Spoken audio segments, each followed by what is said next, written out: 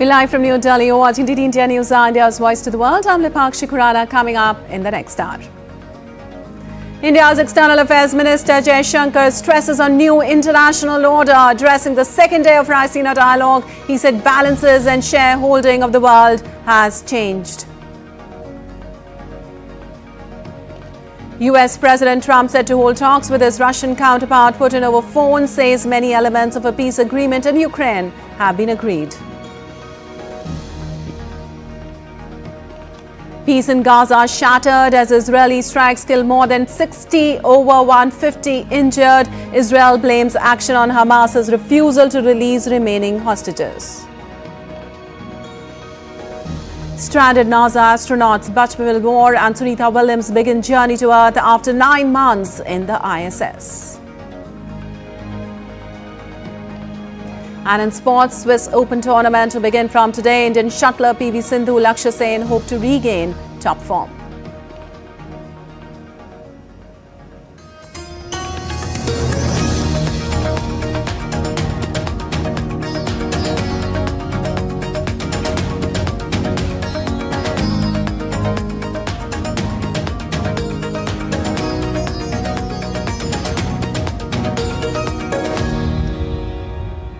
And on to the details. Day 2 of the 10th edition of Raisina Dialogue, India's Conference on Geopolitics and Geoeconomics, began in the national capital.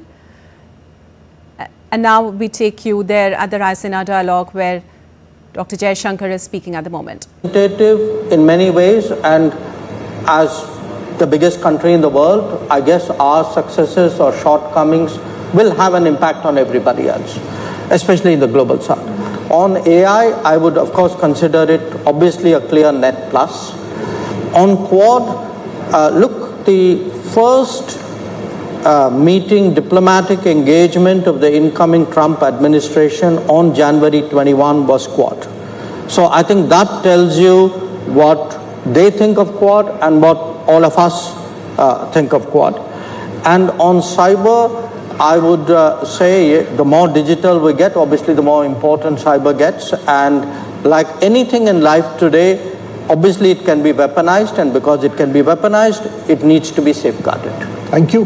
Dubai, any one issue you want to pick up and comment on as closing comments? I wanted to just highlight the idea of alternative multilateralism. We've spoken at length about UN reform, but that conversation cannot just be within the halls of the UNGA every September. There needs to be a greater investment in alternative new mechanisms, including BRICS and others, because we cannot just wait for the UN to reform itself.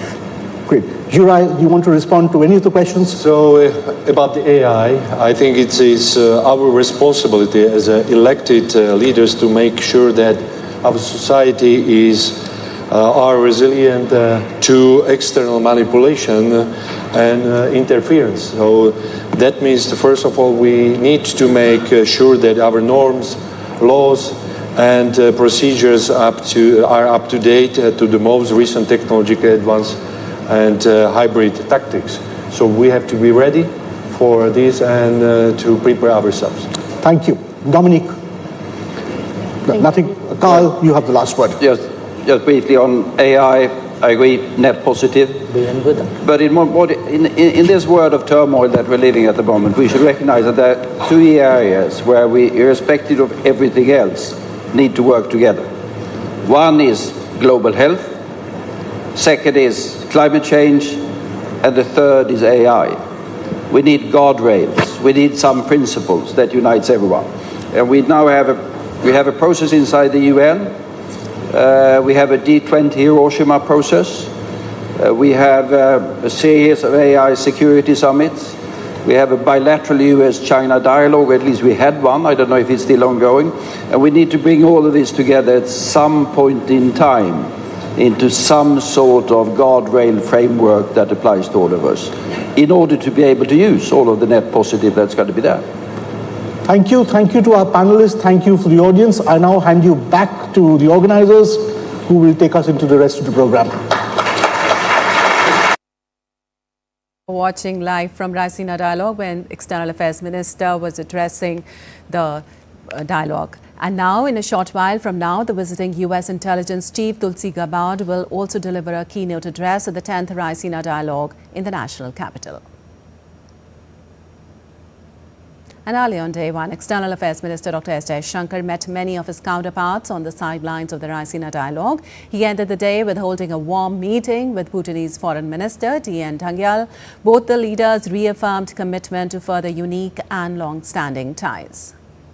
Jaishankar also met Tulsi Gabbard. Two leaders held a useful exchange on contemporary, global and regional security challenges. India's External Affairs Minister also held a good meeting with his Ghana counterpart, Sam Okudzeto Ablakwa. Two leaders explored opportunities to further development partnership and South-South cooperation. Well, China on Monday appreciated Prime Minister Narendra Modi's positive remarks on the Sino-Indian ties, favouring dialogue over discord, and said that a cooperative dance between the elephant and dragon, contributing to mutual success, is the only choice for both sides. Well, China noted Prime Minister Modi's recent positive statement on China-India relations and appreciated. Foreign Ministry spokesperson Mao Ning told a media briefing while responding to a question on the Prime Minister's remarks in conversation with the American podcaster Lex Fridman. Mao said the successful meeting between Prime Minister Modi and Chinese President Xi Jinping in Kazan, Russia in October provided strategic guidance for the improvement and development of bilateral ties. 莫迪总理近日就中印关系作出积极表态，我们对此表示赞赏。中方愿同印方共同努力，深入落实好两国领导人的重要共识，以今年中印建交75周年为契机，推进各领域、各层级的交流合作，推动中印关系沿着健康稳定的轨道向前发展。 Well, Finance Minister Nirmala Sitharaman launched a dedicated mobile app for the Prime Minister's internship scheme. The app helps applicants get paid internship for the next 12 months. This digital initiative through a mobile app, while making it accessible in all regional languages, ensures that young talent can now have greater opportunity to be part of the nation's workforce. DD India's Anil Thomas has more details on this. Finance Minister Nirmala Sitharaman launched a dedicated mobile app for the Prime Minister's internship scheme. The app allows easy registration through Aadhaar face authentication and effortless navigation through a personalized dashboard. The app helps applicants get real-time alerts about internship opportunities. So today with this mobile app, I think we've opened even more or made it even more accessible for interns, potential interns to come in. Everyone who's in this room and everyone who's otherwise joining us should take a little bit of initiative in this scheme and also bring in more people for the interns, because the country needs their efforts, their service, and similarly industry needs better qualified individuals. The app seeks to address the challenge of limited computer access by leveraging the widespread use of mobile phones, which offer a user-friendlier alternative for many applicants. The Ministry of Corporate Affairs have taken efforts to make it accessible in all Indian languages. Along with the Prime Minister's internship scheme app launch, a facilitation center dedicated to PMIS will also be established in Kolkata. उनको internship में stipend भी मिल रहा है, job opportunities भी उनको उन companies में मिल सकती हैं। जो बच्चा एक्सेल करता है, जो ठीक से काम करता है, ठीक से सीखता है, तो वहां की मैनेजमेंट उसको एब्जॉर्ब भी कर सकती है। और पर्टिकुलरली जो आज ऐप का लॉन्च आदरणीय मंत्री जी ने किया है, इसके बाद ये और इजी हो जाता है। The Prime Minister's internship scheme, announced in the budget of 24-25, aims to provide 10 million youths with internship opportunities in the top 500 companies in the coming 5 years. This mobile app reaffirms the government's commitment to skill development and opens a world of opportunity for the youth who are looking for internships. So, download this Prime Minister mobile internship app and explore the world of opportunities.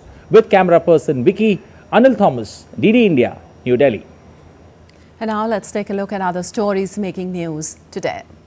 Chief Election Commissioner Gyanesh Kumar to hold a detailed discussion with secretaries from the Union Home Ministry and the Legislative Department. The discussion will focus on linking Aadhaar card with voter ID cards.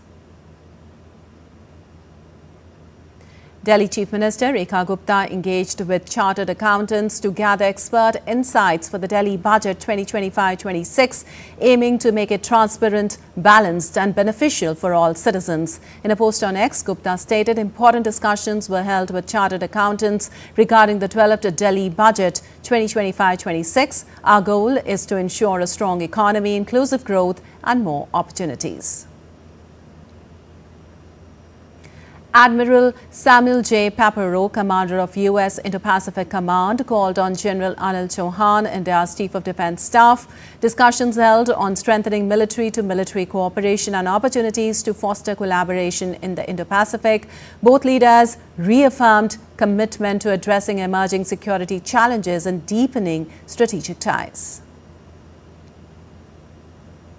In a heartwarming gesture of community service during the holy month of Ramadan, volunteers from NGO in Srinagar came together to prepare and distribute iftar meals among the people. The team, consisting mostly of young volunteers, worked diligently to prepare fresh and wholesome iftar meals, which were then distributed to individuals and families in various parts of the city.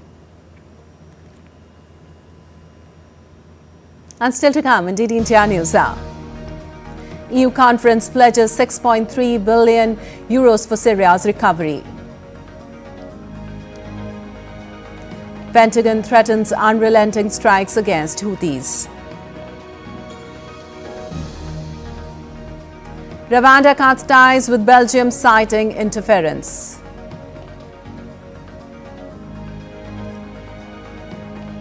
And now let's take you live to Raisina Dialogue, where US Intelligence in Chief India. Tulsi Gabbard It's been too long, but it's always such a wonderful and warm experience knowing the rich history of this country and the vibrant democracy that really serves as the foundation for the special bond that has long existed between our two countries.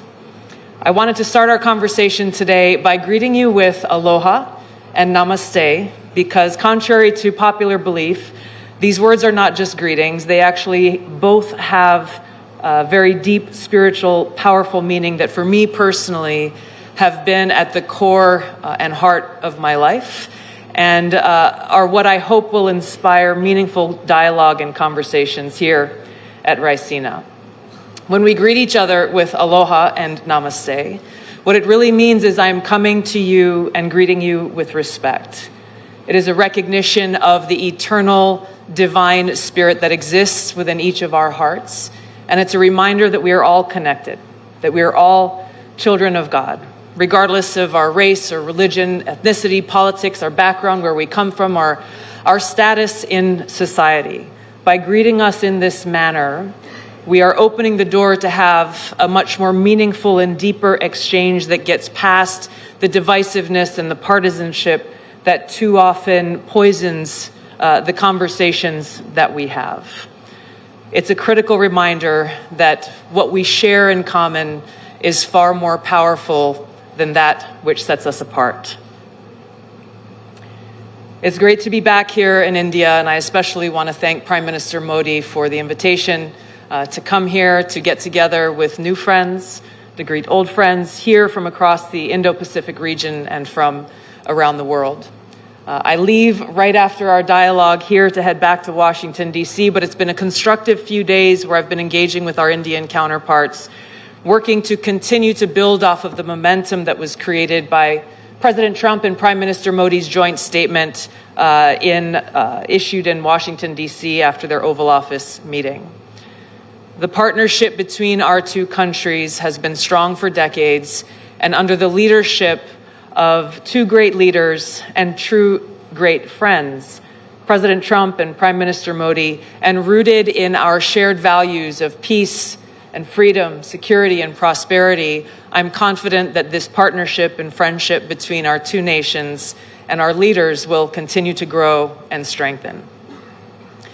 I'm grateful to be here with all of you because these gatherings are so important, because they give us the opportunity to come together and actually engage in direct dialogue and conversation around some of the most timely and pressing issues that face us all. The theme of this conference couldn't be better: people, peace, and planet, highlighting these fundamental aspirations that unite us. It's the foundation that prosperity, security, and freedom rest. If we are not at peace, we cannot be truly prosperous, secure, or free.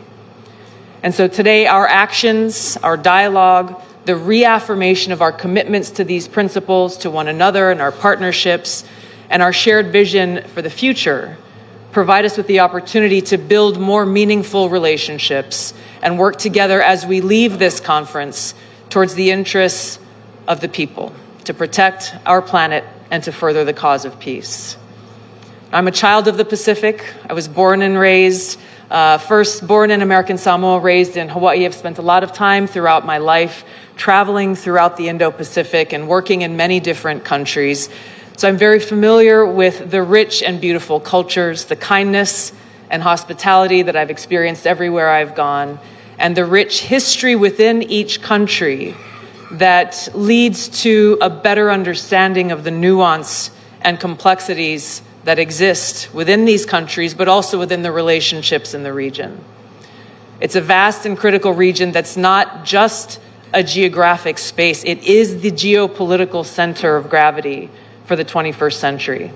So ensuring peace and stability here is essential to our collective security, our objective of economic prosperity, and our ability to work together to take on the great challenges of our time. And we must tackle these challenges together. Our ability to do so as nations, as leaders, as people, is critical towards achieving our collective goals. Unfortunately, we live in a time where war and conflict is being waged on many fronts around the world. The Bulletin of Atomic Scientists, founded in 1945 by Albert Einstein and Oppenheimer, has declared the doomsday clock to be 89 seconds to midnight, closer to the brink of nuclear catastrophe than ever before. So your focus again on peace, people, and planet is timely. It is times like this that call on leaders to stand up for these interests that affect us all and will affect generations who will follow. Unfortunately, as we've seen throughout history, simply calling for peace too often invokes attacks and smears.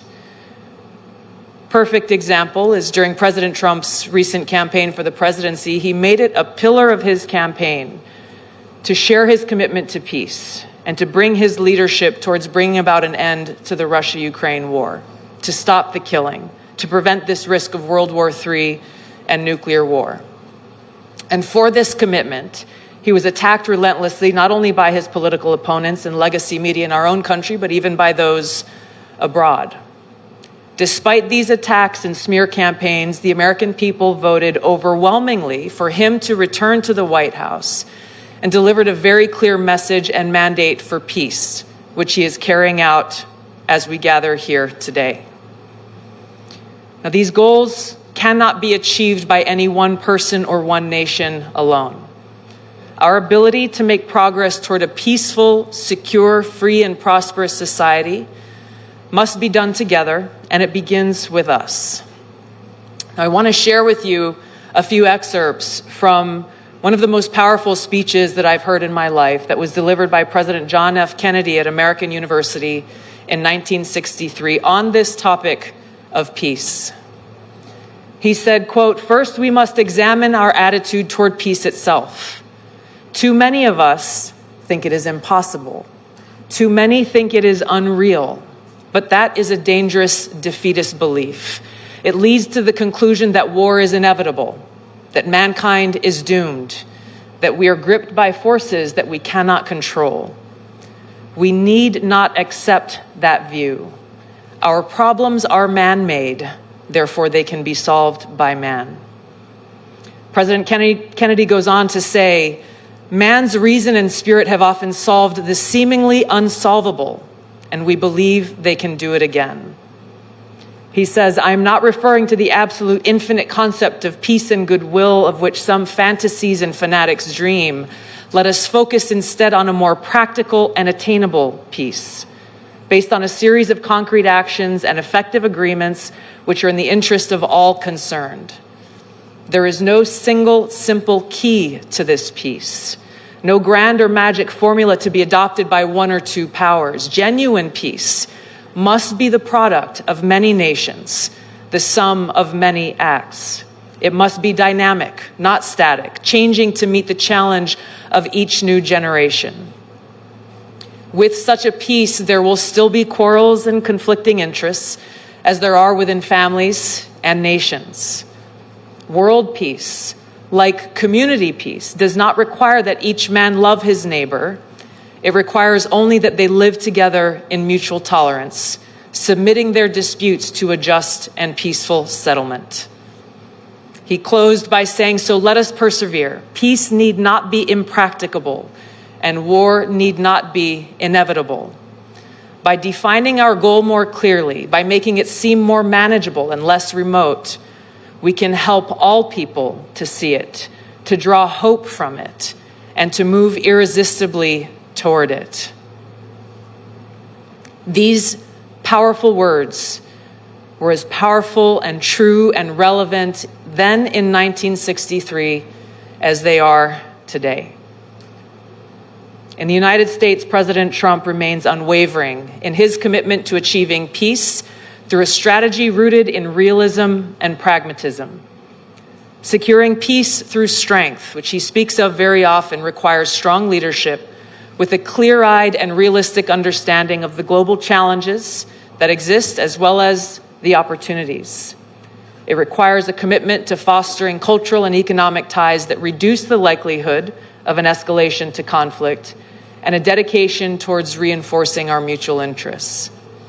It requires leaders have the courage to engage directly with both friends and adversaries alike, to increase understanding, to resolve differences, and to work to prevent an escalation to conflict.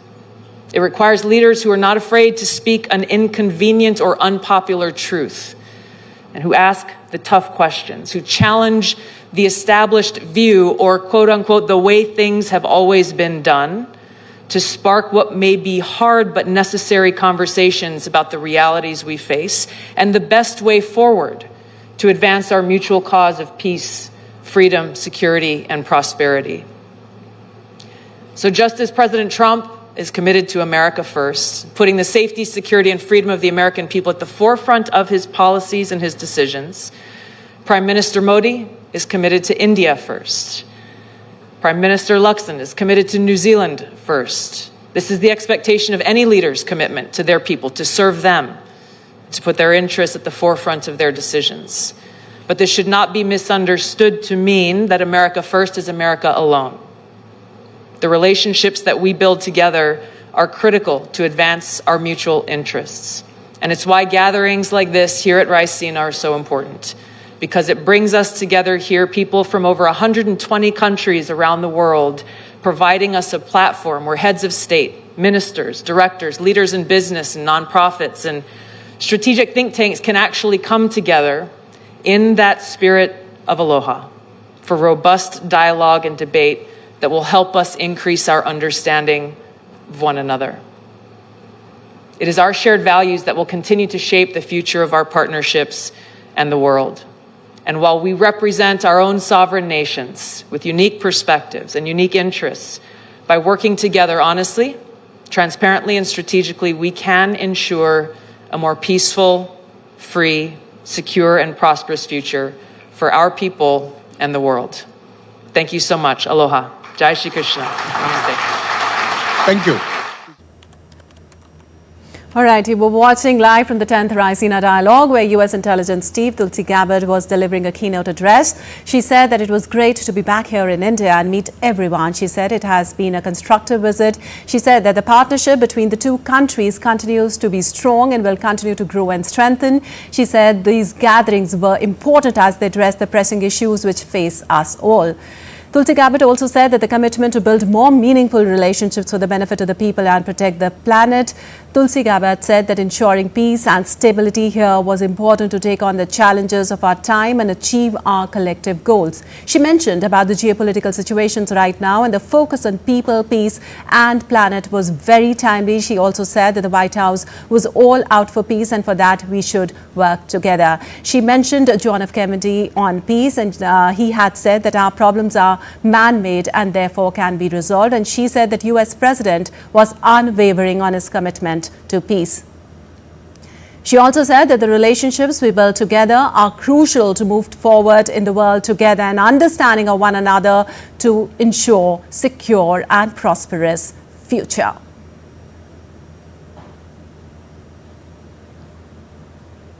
And moving on, US President Donald Trump said to hold talks with his Russian counterpart Vladimir Putin over phone and said many elements of a peace agreement in Ukraine have been agreed. Trump said he would speak to Russia's Putin on Tuesday morning about ending the Ukraine conflict with territorial concessions by Kyiv and control of the Zaporizhzhia nuclear power plant. Trump has been trying to win Putin's support for a 30-day ceasefire proposal that Ukraine accepted last week as both sides traded heavy aerial strikes early on Monday, and Russia moved closer to ejecting Ukrainian forces from their months-old foothold in the western Russian region of Kursk.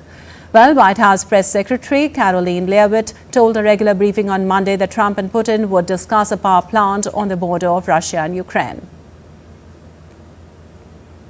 There's a power plant that is on the border of Russia and Ukraine that was up for discussion with the Ukrainians, and he will address it in his call with Putin tomorrow. The nuclear plant.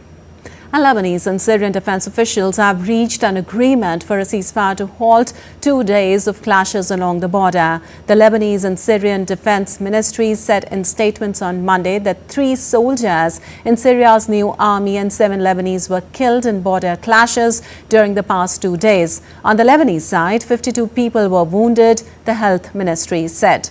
Well, the Lebanese and Syrian defense ministers also agreed on continuing contacts between the Army Intelligence Directorates to prevent more deterioration on the border. Meanwhile, Lebanon's Foreign Affairs Minister Youssef Raji met his Syrian counterpart Assad al-Shibani in Brussels to discuss the cross-border developments and agree to maintain contacts.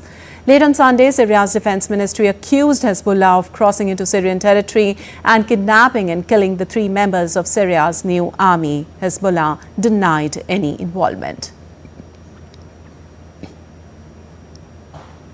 And the European Union led the way as donors on Monday pledged 5.8 billion euros in aid for Syria at a conference in Brussels. However, donation was down on the 7.5 billion promised overall at the conference last year.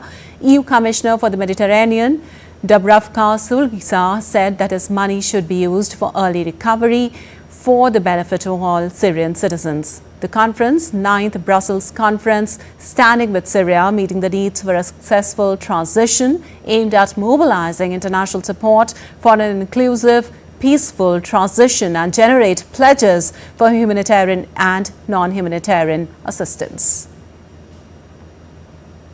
We just closed Syrian pledging conference. This was 9th conference in a row. It was very successful. We pledged a lot of money. Better to say it is 5.8 billion euro, out of which there is 4.2 in grants and only 1.6 in loans. I think this is good for the recovery, for the early recovery of Syria. And I also hope that Syrian authorities, who were represented by their Minister of Foreign Affairs, can be satisfied, and this money could and should be used for their early recovery and for the benefit of all Syrian citizens.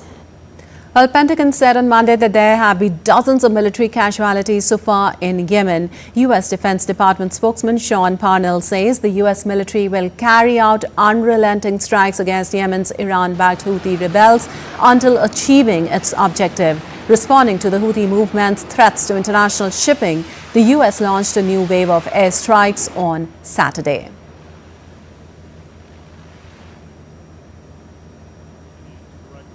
The initial wave of strikes hit over 30 targets at multiple locations, degrading a variety of Houthi capabilities. These included terrorist training sites, unmanned aerial vehicle infrastructure, weapons manufacturing capabilities, and weapons storage facilities. It also included a number of command and control centers, including a terrorist compound where we know several senior Houthi unmanned aerial vehicle experts were located. On Sunday, strike operations continued against additional headquarters locations, weapons storage facilities, as well as detection capabilities that have been used to threaten maritime shipping in the past. Today, the operation continues, and it will continue in the coming days until we achieve the President's objectives. Well, President Donald Trump declared on Monday he'll hold Iran directly responsible for any future attacks by Yemen's Tehran-backed Houthi rebels who have targeted U.S. and other foreign ships in the Red Sea. Trump said that every shot fired by the Houthis will be looked upon from this point forward as being a shot fired from the weapons and leadership of Iran, and Iran will be held responsible and suffer the consequences. Well, Israel's military said it conducted strikes on Hamas targets in the Palestinian enclave as explosions were heard over Gaza City in the early hours of Tuesday. Over 66 people were killed and 150 were wounded in the strikes. Israel stated that the recent strikes on Gaza are a response to Hamas's repeated refusal to release hostages as well as rejection of all ceasefire proposals. The military mentioned that the Home Command has ordered restrictions on civilian activity near the Gaza Strip following airstrikes. Well, schools will also be closed in areas near the Gaza Strip on Tuesday.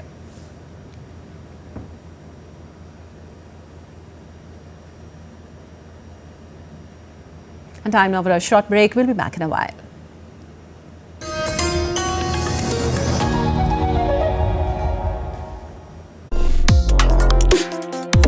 Complex issues, hidden agendas, twists and turns, strategic games.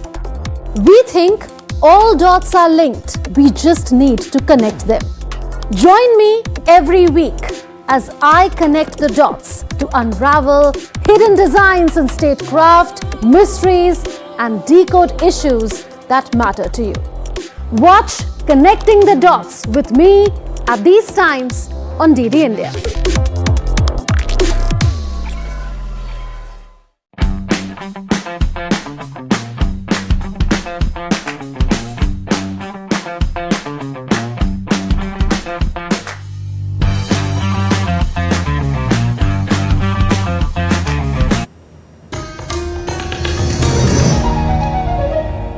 Welcome back. You're watching DD India News. I'm Lakshya. Moving on, a U.S. federal judge on Monday pressed the Trump administration to provide details about hundreds of Venezuelans it deported despite a court order barring it from doing so. It gave the government until Tuesday to explain why officials believed they had complied with his order. The American Civil Liberties Union attorney Lee Gilland said that after a hearing before U.S. District Judge James Bosberg, the group remained convinced that the government had acted unlawfully. We had serious concerns going into the day that the government violated a federal court order. Today did nothing to dispel it. If anything, it reinforced that our view that the government may very well have violated this order, perhaps even knowingly violated. Well, President Donald Trump's administration deported more than 200 Venezuelans over the weekend to El Salvador. It said they were members of Tren de Aragua, a Venezuelan gang that has been linked to kidnapping, extortion, and contract killings. And Venezuelan President Nicolas Maduro has denounced treatment of Venezuelan deportees to El Salvador as fascist and announced Venezuela would take measures to denounce this massive violation of human rights. They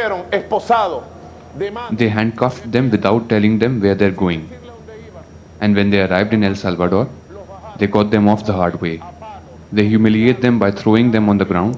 They shaved them. Do you call this justice? Do you call this international law? Do you call this human rights? How do you call this? This is called fascism, Nazism. And Venezuela is ready to denounce this massive violation of human rights against honorable migrant workers in the United States. Well, the Rwandan government announced its decision to sever diplomatic relations with Belgium on Monday and gave Belgian diplomats 48 hours to leave the country. Well, Brussels has been leading calls for European nations to sanction Rwanda over its support for the M23, a rebel group at the center of DR Congo's crisis. Well, the authorities in Kigali, Rwanda's capital, have given Belgian diplomats 48 hours to leave the country. Belgium has said it will respond to these measures and labelled Rwanda's decision disproportionate. Belgium's Foreign Affairs Minister Maxime Prévost indicated that Belgium would reciprocate by declaring Rwandan diplomats persona non grata, effectively expelling them from Belgian territory. Well, the European Union also sanctioned 9 people in a gold refinery in connection with the Rwanda-backed rebellion in Eastern Democratic Republic of Congo, a day before peace talks scheduled in Angola between M23 rebels and the Congolese government. And moving on, the SpaceX Crew 9 mission has started its journey back to Earth. NASA astronauts Nick Hague, Suni Williams and Butch Wilmore, along with the Roscosmos cosmonaut Alexandra Gorbanov, boarded the SpaceX Dragon capsule, closed the hatch and undocked from the International Space Station. The Crew 9 mission is scheduled to splash down off the coast of Florida at approximately 9:57 p.m. GMT on Tuesday. As part of NASA's Commercial Crew program, this mission will return critical time-sensitive research to Earth after a successful long-duration science mission aboard the orbiting laboratory. Well, NASA has released a video of Crew 9's time on the space station in past 9 months. It said that they have helped with International Space Station research studies to design better reactors, build wooden satellites and prepare for missions to the Moon and Mars. The works carried out by them includes transplanting and growing microalgae, improving astronaut exercise, garden watering, fueling the flames, monitoring and making microbes in space, besides taking millions of images of Earth from the space station for Crew Earth observations, creating one of the longest running records of how our planet changes over time. Nuances helps us understand more about ourselves as well as the universe and how we interact with it. So we look at medicines, we look at materials and making new materials, we look at how we behave so that we know how medicines might interact with us or how to counteract diseases. You name it, we're doing research on it up here. We've had opportunities to do all sorts of science, spacewalks. It's varied and pretty awesome, actually, opportunity to do something different every single day. You can see Butch Wilmore with the different canisters to collect those microorganism swabs. A great view from the helmet camera of NASA astronaut Nick Hague. You can see floating off just past that left hand of his. Those are the wedge-shaped NICER patches that he'll be inserting into the NICER experiment, the X-ray telescope. Anytime you look out the window, it's pretty amazing. The Aurora Borealis, the Aurora Australis, just to see the variety of the Earth from above, it's just thrilling. These are called astrobees.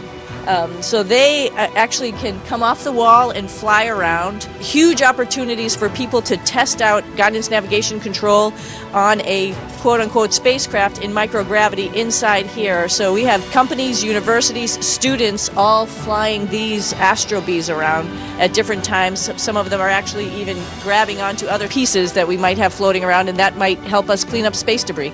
We have a tray right here that does some combustion experiments. Right on the other side of Butch is a glove box where we've done some stem cell research as well as DNA sequencing.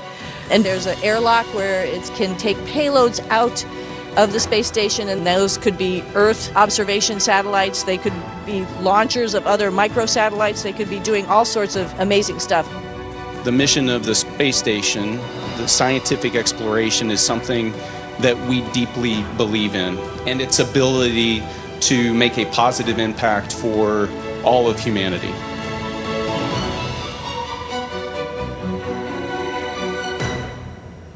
And during his first visit to the Kennedy Center in Washington, U.S. President Donald Trump emphasized his role as chairman after appointing himself and making changes to the leadership. He spoke from the presidential opera box and led a board meeting, underscoring his vision for the future of the institution. Trump highlighted his concerns about the Kennedy Center, mentioning that it was in tremendous despair and needed improvements. He drew parallels between his actions at the center and his broader efforts to address issues in other areas of American life, including debates around borders and gender in sports. During his tour of the center, Trump took the opportunity to discuss past decisions and the changes he believes are necessary to improve the space. During his first trip to the John F. Kennedy Center for the Performing Arts, U.S. President Donald Trump announced that his administration would release all remaining Kennedy files on Tuesday. Trump revealed that he had instructed his team, including several individuals assembled by Director of National Intelligence Tulsi Gabbard, to release the documents. He mentioned that there was a large amount of material to be through and emphasized that no reactions were anticipated. During his campaign, Trump had promised to release the files related to the assassination of President John F. Kennedy, a case that continues to fuel conspiracy theories more than 60 years after his death.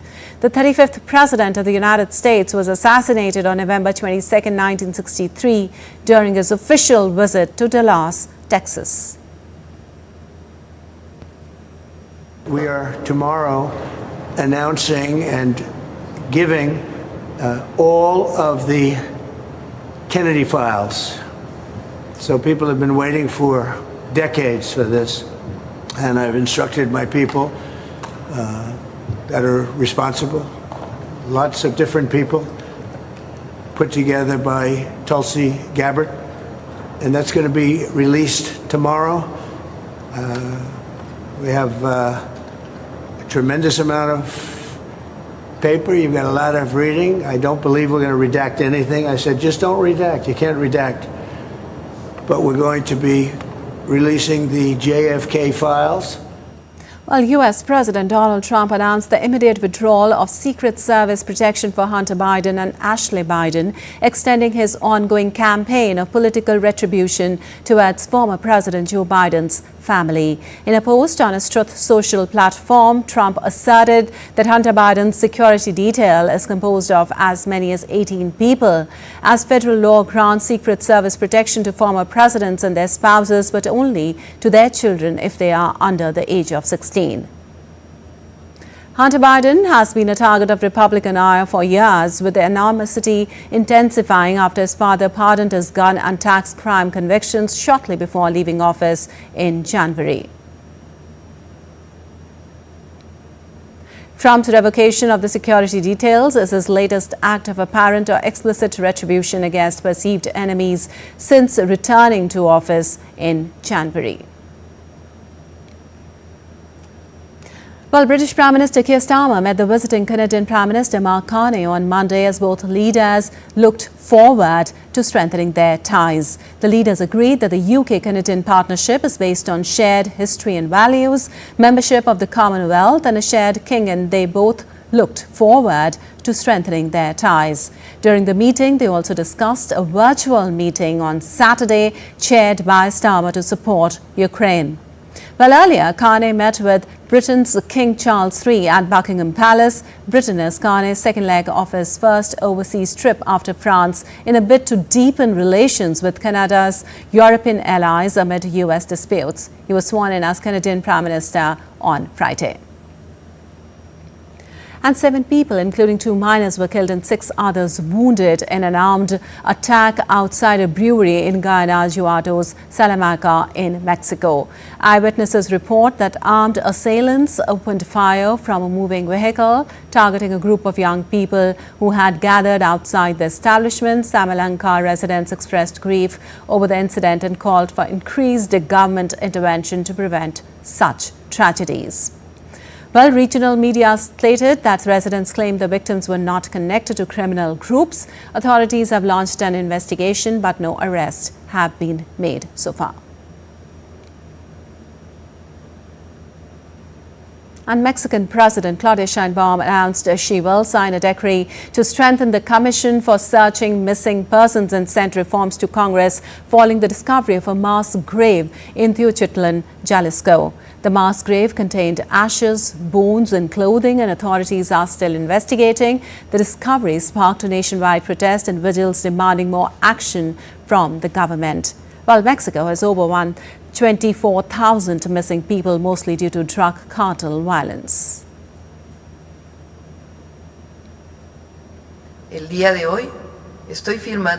Today, I'm signing a decree to strengthen the National Search Commission in order to expand its care capacity, context analysis, and the acquisition of technological equipment that accompanies the search with scientific evidence.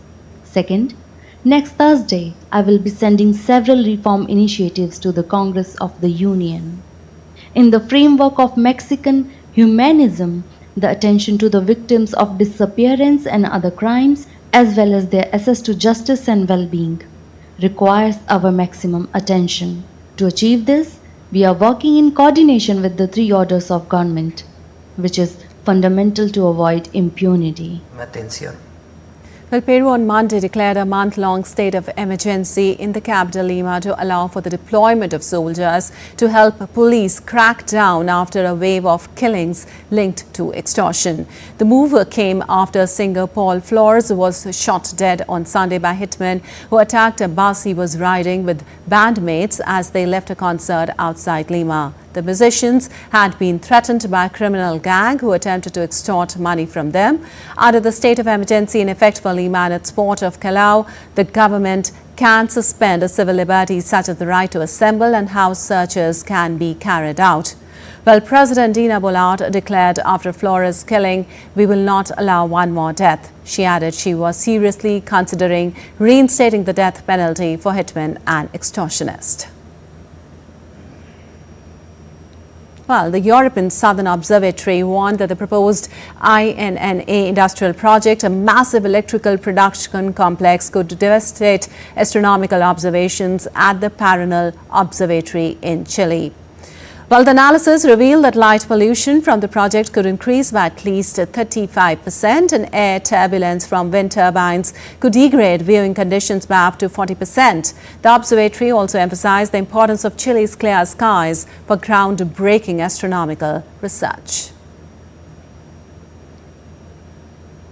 Well, the residents of the Ecuador expressed concern after oil spill in a river, afraid that the havoc will affect their health and crops. The spill caused by a damaged pipeline has heavily polluted the Viche River in the northwestern province of Esmeraldas. A local clinic has received at least 25 people with allergy symptoms. Farmers are also worried the fumes coming out of the river will affect their crops and animals. Pumping has been halted on the pipeline after it sustained damage from a landslide caused by heavy rain. The company deployed crews to clean the spill in Vichai.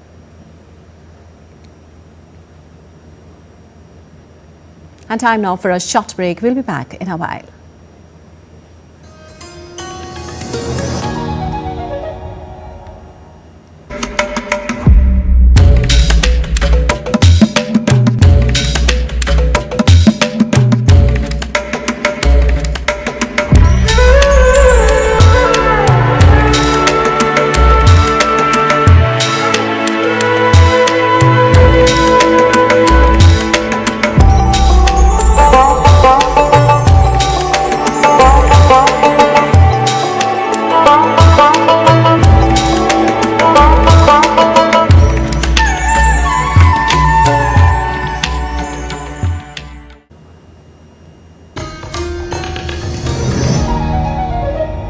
Welcome back. You're watching TT India News. I'm Lakshya, and moving on to some business news. Wall Street stocks ended higher and gold held near $3,000 per ounce on Monday after mixed economic data. Over the weekend, U.S. strikes against Yemen's Houthi movement threatened to escalate tensions in the oil-rich Middle East, driving crude prices higher on supply fares. Well, weaker than expected, U.S. retail sales data was at least partially attributable to cheaper gasoline, a solid rebound in online receipts, and an upside surprise in the core measure showed underlying consumer strength.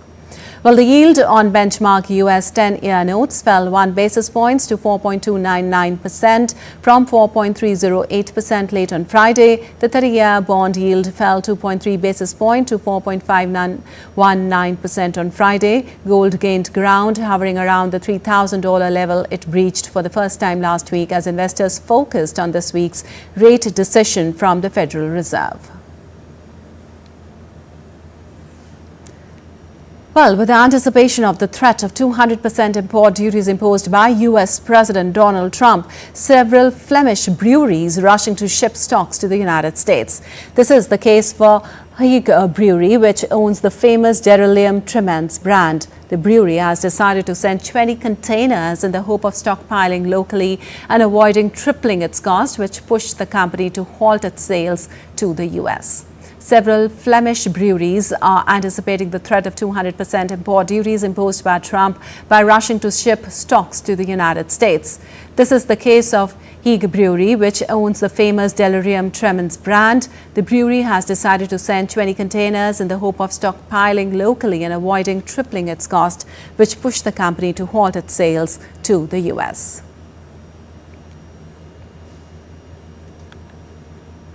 Well, you're watching DT India News. Our time now for some sports news. Special Olympic Bharat organized a felicitation ceremony in Delhi to honor the Indian contingent that showcased a remarkable success at the Special Olympic World Winter Games held in Italy. Notably, the Sports Ministry has increased the prize money for medal winners this time. Here's a report. Indian contingent created history and left a strong mark at the Special Olympics World Winter Games held in Turin, Italy. The 49-member Indian team participated in the event, secured an impressive tally of 33 medals, including 8 gold, 18 silver and 7 bronze. Special Olympics Bharat not only recognized the athletes' incredible talent, but also discussed various measures to ensure their continued excellence in the future. The event was graced by Minister of State for Sports Lakshya, who described the athletes' achievements as extraordinary. हर राज्य से यहाँ पे बच्चे आए हुए उनके लिए एक प्लेटफॉर्म उपलब्ध करवा देना ये बहुत बड़ी बात है। हर स्टेट से बच्चे आ रहे हैं, अलग अलग कंट्री में उन्हें जाने का मौका मिल रहा है, उनको परफॉर्म करने का मौका मिल रहा है और अपने लाइफ में भी आगे बढ़ने का मौका इस स्पोर्ट्स इवेंट के माध्यम से उन्हें मिल रहा है। ये हम सभी के लिए बहुत बड़ी बात है। Meanwhile, Special Olympics Bharat chairperson Dr. Malika Nadda stated that the athletes have once again proven that with dedication and determination, there are no limits to what they can achieve. ये वर्ल्ड चैंपियंस हम सबके लिए पथ प्रदर्शक है, क्योंकि ये दिव्यांगजन है, लेकिन इसके बावजूद इन्होंने 102 देशों के बीच में अपना अस्तित्व स्थापित किया है और मेडल्स लेके ये जिस तरह से हमारे देश में वापस पहुंचे हैं, हम सबके लिए गौरव का विषय है। The medals won by these athletes at the Special Olympics World Winter Games stand as a testament to their relentless hard work and the unwavering support of their families. The primary goal of the Special Olympics World Winter Games is to promote inclusivity in the sports world, ensuring that everyone gets an equal opportunity to shine. These athletes continue to push boundaries and embody the true spirit of this mission. Sports Desk, DD India. And two-time Olympic medalist PV Sindhu will spearhead India's challenge at the Swiss Open 2025 badminton tournament commencing on Tuesday. Sindhu will face fellow Indian Malvika Bansod in the opening round. Rakshita Ramraj and Anupama Upadhyay are the other Indian contenders in the women's single category.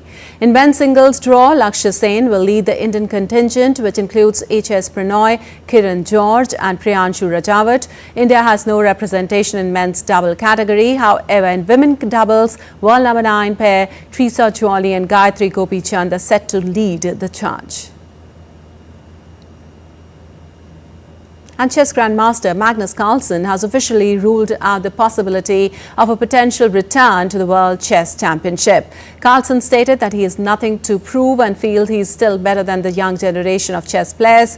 In 2022, world number 1, Carlsen cited lack of motivation when he announced that he would not defend his title the following year. Last year, Carlsen won the Speed Chess Championship and shared the Blitz World Championship title with Russia's Ian Nepomniachtchi amid a dispute with FIDE following a dress code violation.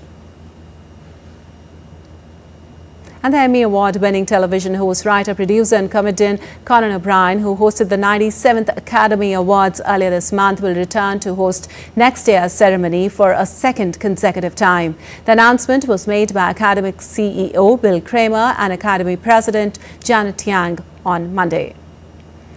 The 97th Oscars, held on March 2nd, became the #1 primetime entertainment telecast of the 2024-25 season, both in total viewers and young adults. It also ranked as the season's most social TV program, surpassing both the Grammy Awards and the Super Bowl in social engagement for the first time on record.